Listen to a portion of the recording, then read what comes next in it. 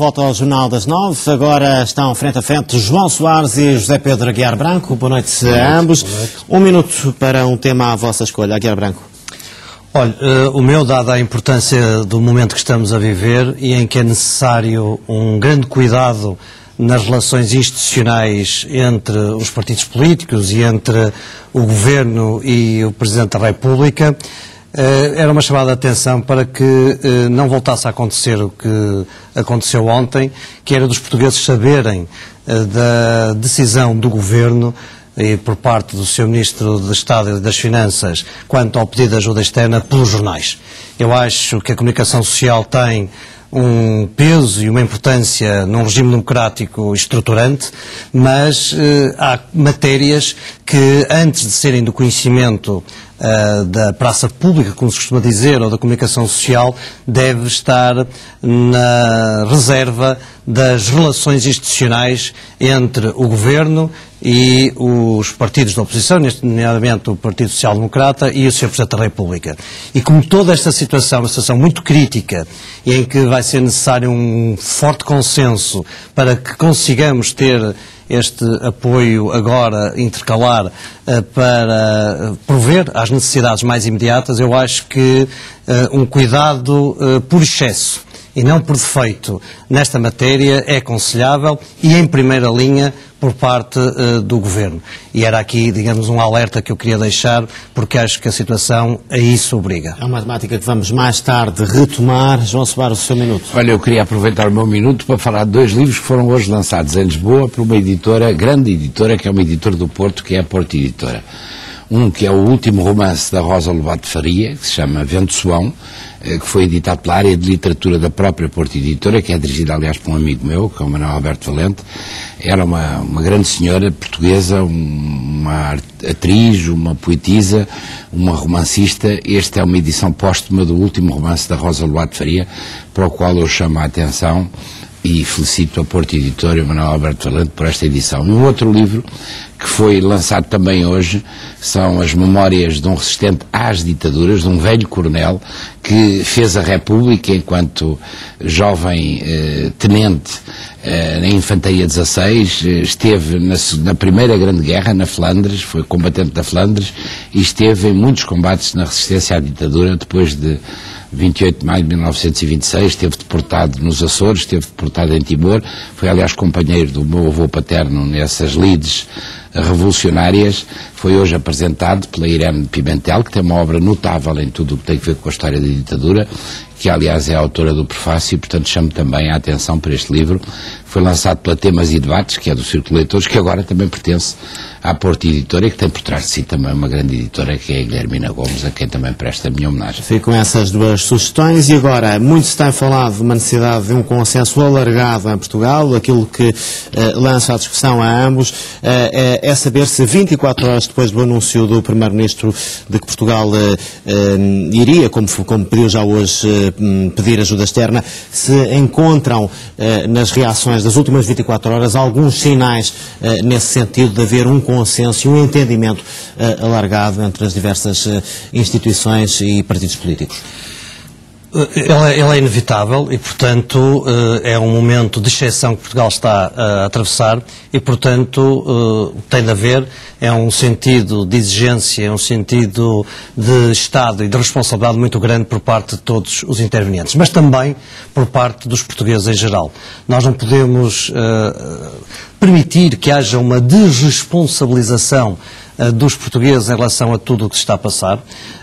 O que estamos a assistir hoje não é muito diferente do que já tinha sido dito há 3, 4, 5 anos que poderia acontecer, e os portugueses muitas vezes entre a verdade incómoda ou uma mentira confortável fazem a sua opção ou fizeram a sua opção por esta última. E a verdade... Está a referir-se à população em geral? Estou a dizer aos portugueses em geral, porque a primeira responsabilidade é de todos nós. Antes de darmos responsabilidade ou injeitarmos as nossas para a senhora Merkel, para os mercados internacionais, que estão portanto, os credores internacionais, antes de tudo isso, há há uma questão que tem a ver connosco, com as nossas opções, com as nossas decisões, com a nossa responsabilidade de escolha. E a responsabilidade de escolha é que permitiu que Portugal tivesse seguido nos últimos anos a uma situação de endividamento externo que está a ser a causa de tudo porque estamos a passar e, portanto, o meu apelo é porque estamos agora próximo de um ato eleitoral, das eleições, e que não haja um alinhamento, que haja uma exigência de participação por parte dos portugueses para que se sintam corresponsabilizados nas decisões, porque depende só de nós. A principal razão da situação que estamos a atravessar é nossa individual e nossa coletiva, porque somos nós que fazemos as nossas opções e as nossas escolhas. E quando os políticos também se desresponsabilizam das decisões que tomam em relação à população em geral, é um bocadinho por causa disto. Esse afastamento entre os eleitores e os eleitos é que tem de deixar de acontecer e nós, enquanto povo e nós individualmente, temos que assumir as nossas responsabilidades na forma que em democracia é a forma, eu diria, mais elevada, que é através do voto. E, portanto, esta voz fácil que às vezes se dizem que a responsabilidade é dos políticos ou que a culpa é dos políticos, ela está em primeira linha em nós próprios quando fazemos as nossas opções e as nossas escolhas. E, portanto, esta exigência de participação e esta exigência de responsabilização acho que é fundamental, até porque não podemos permitir, tal como acontece atualmente com o Governo e com o Sr. Primeiro-Ministro, que parece apontar a responsabilidade de tudo que estamos a passar ou aos mercados ou à senhora chanceler Merkel e à Alemanha. E não é verdade. A primeira razão tem a ver connosco, com as nossas opções, com o facto de termos gasto mais do que devíamos, com o facto de não termos sabido organizar-nos melhor do que nos organizamos e preferimos andar sempre numa lógica mais de mentira confortável do que nas verdades incómodas. Repare que desde há 6 anos, por exemplo, que falamos do TGV, o debate político muitas vezes andou à volta do TGV e a verdade é que depois de 6 anos nem sequer uma linha dessa realidade está construída. O que é que eu quero dizer com isto?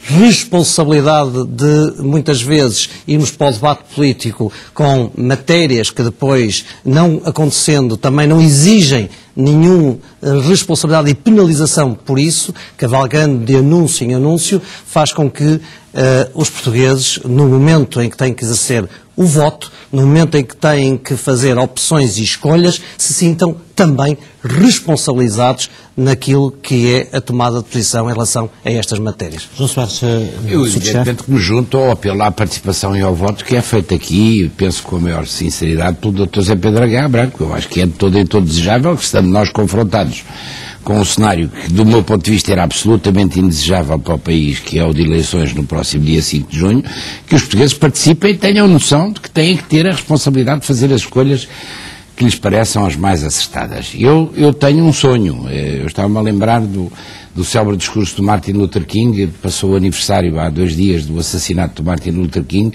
Eu também tenho um sonho. Eu tenho um sonho que as forças políticas sejam capazes de se entender para além daquilo que é tradicionalmente designado como um arco da governação. Eu tinha a esperança que as forças políticas representadas no Parlamento todas estivessem à altura das circunstâncias difíceis que o país está a passar. E, de facto, não obstante eu estar de acordo que nós, durante os últimos 30 e tal anos, gastámos mais do que aquilo que tínhamos para gastar, essa é que é a questão de facto. E, portanto, estamos a pagar por isso, a partir do momento em que, num quadro europeu, as contas se começaram a fazer de outra maneira. E aí a Alemanha também tem uma quota parte de responsabilidade. Eu não estou a eximir-me das nossas próprias responsabilidades.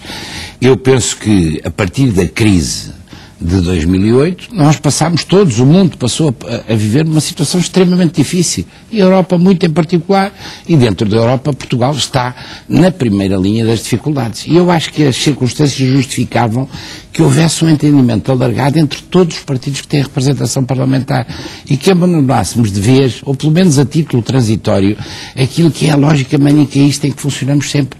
Quer dizer, o Dr. José Pedro Aguiar Branco é do PSD e, portanto, eu não posso gostar dele, nem posso achar que ele diz coisas corretas, quando ele às vezes diz coisas corretas. E, portanto, esta lógica é uma lógica que tem sido infernal para a nossa vida política. Eu acho que agora é preciso reconhecer também, e já vou dizer coisas que são mais polémicas, é preciso reconhecer que o Primeiro-Ministro José Sócrates, que é o Primeiro-Ministro do Governo do Partido Socialista, quando nós saímos das últimas eleições legislativas que ganhámos claramente, fez uma proposta também perfeitamente clara e pública a todos os partidos com representação parlamentar para que se constituísse um governo de unidade ampla. E isso foi recusado pelos outros partidos com argumentos que eu acho que até seriam aceitáveis em alguns casos, etc. Mas a verdade é que o PS e o José Sócrates fizeram essa proposta. E depois, no quadro com que fomos confrontados e com que o José Sócrates, enquanto Primeiro-Ministro e líder do Partido Socialista, foi confrontado, ele tem feito face às dificuldades com uma energia e com uma fibra que temos que reconhecer que são absolutamente excepcionais e adequadas às dificuldades por que estamos a passar. Porque não é fácil negociar, quer no plano interno, quer no plano externo. Mas é da democracia que os consensos não existam necessariamente. Não é? Claro, mas ninguém disse que era absolutamente necessário. Eu digo-lhe que era desejável. No contexto em que estamos a viver, eu tenho tido responsabilidades parlamentares lá fora. O Dr. Aguiar Branco sabe isso. E tenho tido a oportunidade de ir à Alemanha, de ir a outros sítios, e vi os progressos que, pela mão de José Sócrates, o governo português fez, nomeadamente nos últimos tempos, em termos de instituições da União Europeia, decisivas para evitar aquilo que não conseguimos evitar, foi este pedido de ajuda, que nos põe numa situação mais difícil do que aquela em que estávamos há 15 dias. Isto tudo porque não conseguimos evitar uma crise política. E eu, sinceramente, eu prefiro a posição do Dr. Aguiar Branco que a posição do anterior, da atual direção do PS, por quem também tenho respeito. O Dr. Aguiar Branco, quando o PCP apresentou uma moção de censura, se eu bem me lembro, defendeu que o PSD devia ter votado. O Bloco de Esquerda, o PC. Bem, apresentaram, devia ter derrotado. Nesse contexto, não teríamos tido as dificuldades que tivemos hoje. Eu acho que houve aqui, da atual direção do PSD, uma posição perfeitamente premeditada. Queria fazer isto a seguir às eleições presidenciais e, sobretudo, com uma lógica interna partidária. Eu compreendo essas lógicas internas e vivo-as também dentro do meu próprio partido. Mas eu digo, eu estou suficientemente à vontade para dizer, no plano interno até nunca estive muito próximo de José Sócrates, mas sou, obviamente, um indefetível do governo e do José Sócrates enquanto Primeiro-Ministro. E, obviamente, que o Partido Socialista está unido em torno daquele que foi democraticamente eleito como seu líder e que é Primeiro-Ministro. E que é a pessoa que tem as características para enfrentar a situação difícil que o país está a atravessar. Agora, nós temos uma lógica no nosso país que é de, ao fim de uns anos, fartamos-nos de alguém. O senhor já viveu isso, eu já vivi isso, todos nós já vivemos isso na pele. E há aqui uma componente também de irritação que tem que ver com essa lógica do país. O PSD, aliás, é exímio nisso. O PSD descarta os líderes como embalagens de leite utilizadas. Quer dizer, já vai no 6º líder nos últimos 5 anos. Agora, eu acho que nós não podemos entrar nesta lógica dentro do país. Esta situação é de facto muito difícil. E eu acho que era desejável que das próximas eleições, ganhe quem ganhar, saia um entendimento entre os partidos com representação parlamentar, pelo menos enquanto não superarmos esta crise. Olhando evidentemente sob a liderança do José Sócrates. Agora também não podem pretender vocês escolher o nosso líder. Eu devo dizer-lhe uma coisa, eu não vou fazer a graça de lhe dizer que se fosse do PSD teria votado em si nas últimas eleições internas. Não sei se era uma coisa que permitiria ganhar. Mas eu vou dizer, nós não interferimos. Não interferimos. Vocês estão permanentemente a dizer-nos, vocês têm que mudar, nós não fazemos isso. O José Sócrates foi eleito democraticamente em eleições perfeitamente limpas há 6 anos e voltou a ser eleito. Eu até estou à vontade porque internamente nem votei. Mas agora reconheço-me naquilo que é um trabalho muito difícil e que é feito com uma Mas permita-me que, porque essa matéria, embora seja importante, o que é importante é que os portugueses, quando forem votar, tenham a consciência de algumas coisas que são e foram determinantes para o que estamos a viver. A primeira é que em outubro, não foi há muito muito tempo, em outubro de 2010, o Ministro Teixeira dos Santos disse aos portugueses que se a taxa de juros fosse superior a 7%, era absolutamente necessário o recurso ao FMI ou a qualquer ajuda, de referir mesmo ao FMI, mas a uma ajuda externa. O que é absolutamente incompreensível e que não tem a ver com nenhuma irritabilidade em relação à pessoa do Primeiro-Ministro ou ao Ministro Teixeira dos Santos. Tem a ver com as opções, com as incompetências que estas situações acarretaram para Portugal. Quando o Ministro de Estado e das Finanças diz em outubro que Portugal não poderia estar e passar os 7% para pagamento. Assim, não é uma meta psicológica, é que não é só psicológica, que se fosse só psicológica ainda a terapia poderia situar-se noutro patamar. O problema é que é uma consequência vital para a nossa capacidade de poder honrar os nossos compromissos. E eu pergunto quanto é que custou ao país a obstinação, a teimosia e o capricho do Primeiro-Ministro. Quanto é que isto custou ao país? E quando nós estamos a confrontar-nos com as eleições, quando eu digo que é preciso que os portugueses não se desresponsabilizem, é que também há 2 anos, em pleno ano eleitoral, este governo, não era este, mas este Primeiro-Ministro, aumentaram os funcionários públicos numa percentagem que era impossível que Portugal pudesse suportar. E este confronto que eu quero deixar bem claro entre a verdade incómoda da situação em que nos encontramos e em que este governo nos deixou e uma mentira confortável, que a opção seja pela verdade incómoda que desde há 4 anos tem sido dita aos portugueses, que era aquela com que nos íamos confrontar e que sistematicamente também não quiseram ver e estava à frente dos olhos. E, portanto, não é um problema de irritabilidade pessoal com o Sr. Primeiro-Ministro, embora ele tenha alimentado ao longo destes últimos 6 anos crispação e conflitualidade na sociedade portuguesa. E, portanto, foi ele que atirou as pedras para que agora também tenha que ser vítima dela. Mas a verdade não está aí. A verdade está nas consequências das más opções políticas, nas consequências que isto teve para as nossas contas públicas e que nos obrigam hoje a ir à ajuda externa. Não é esta crise recente que leva a isso. Porque, e permita-me só... Nós estamos já no fim do tempo. Permita-me só... Muito rapidamente. Permita-me só um pequeno quadro disto.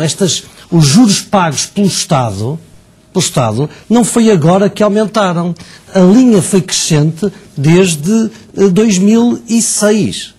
Sempre crescente, o que significa que não é esta crise, que aliás foi disputada pelo próprio Governo, que acarretou a necessidade de nós irmos à ajuda externa. Infelizmente é a falta de confiança que os credores internacionais têm na capacidade deste Governo poder por si ser o motor de ultrapassar a crise. Nós já esgotámos o nosso tempo, mas uma vez que comecei pelo Aguiar Branco, João Soares, não posso deixar de dar a última palavra e peço-lhe poder decidir. Eu só queria dizer, e respondendo muito brevemente àquilo que disse o Dr.